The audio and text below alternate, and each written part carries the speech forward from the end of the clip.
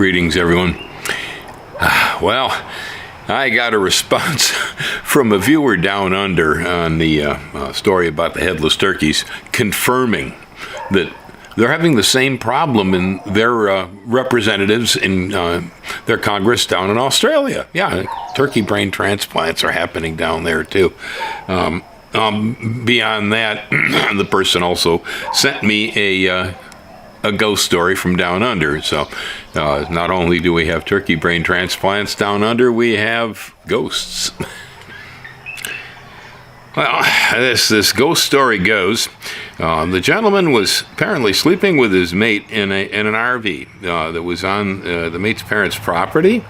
The van was locked, but sometime in the night, he awoke to find a fuzzy light on the outside of the van. Suddenly, a woman appeared in the light and reached out towards the window of the van, towards him. He tried to call out for his wife, but no voice came out of his mouth. The first time, the second time, the third time, he finally got out an M, and then suddenly the van went dark and she was gone. Now, neither he nor his mate had any idea that there was a ghost around this property. But when her father appeared the next day, and they told him the story, well, he was shocked and amazed because, ordinarily the dad had a habit, I guess, of drinking a bit, but he'd had an occurrence with this particular woman's ghost, too, and it happened to be on a night when he wasn't feeling very good and went to bed stock sober. Yeah, he was laying on the bed, and all of a sudden he felt someone get up off the bed next to him.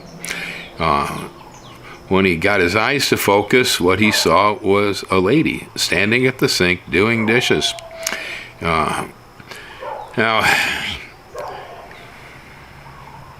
Apparently, the property was later put up for sale, and when the party that purchased the property, apparently a ghost expert from the university came to talk to my mate's dad and to confirm that it was true. I guess, that's an interesting one on ghost and disclosure. When it comes to selling a piece of property, if it is known to be haunted and documented, that has to be noted in disclosure in the United States. I don't know how Australia feels about this. Now, so what connects for me on this story is two things. One, sleep paralysis. I have had my experiences with sleep paralysis too. Although none of them were paranormal, but they were just plain weird. Because in my case, I believe that I was, I believed I was awake, yet it appeared I was still dreaming, but yet when I passed from a dream state to a waking state, it happened seamlessly. Yeah, initially it started with me not being able to move, speak. I was frozen, And then same story here. I finally jumped up and yelled. I was calling from my mom, so I got an M again. It topped my lungs, too, as far as I recall. And here in Hawaii, we also have an incidence of something that is referred to as choking ghost. And that is a little similar to this, because in most cases, the people will awake, they cannot move, and in some cases, they cannot breathe or speak because there'll be this presence pushing down on them, known as choking ghost. It's fairly common here in Hawaii that ghost stories will be choking ghost.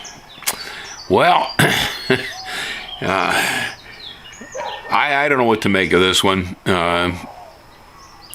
Like I said, there's always, sleep paralysis, and then again, we do have incidents of something known as choking ghost, and whatever that might happen to be.